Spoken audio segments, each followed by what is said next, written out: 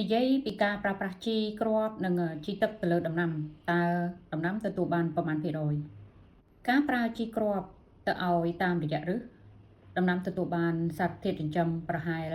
30ទៅ50%ប៉ុណ្ណោះពីព្រោះវាត្រូវបានបាត់បង់ទៅតាមរយៈខ្យល់ពន្លឺនិងទឹកទៅតាមរយៈដីចំណែកឯការប្រើប្រាស់ជីទឹកទៅលើស្លឹកគឺដំណាំទទួលបានសារធាតុចិញ្ចឹមប្រហែល70ទៅ90%ឯណោះពីព្រោះវាស្រូបយកដោយផ្ទាល់លឿននិងមានប្រសិទ្ធភាពខ្ពស់សំណួរសួរថាចុះបើសិនជាយើងប្រើជីគ្រាប់ដំណាំទទួលបានភាគរយតិចជាងជីទឹក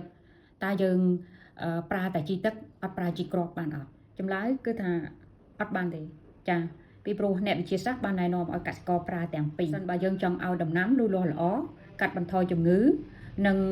ទទួលបានទិន្នផលច្រើនយើងត្រូវប្រើទាំងជីគ្រាប់និងជីទឹក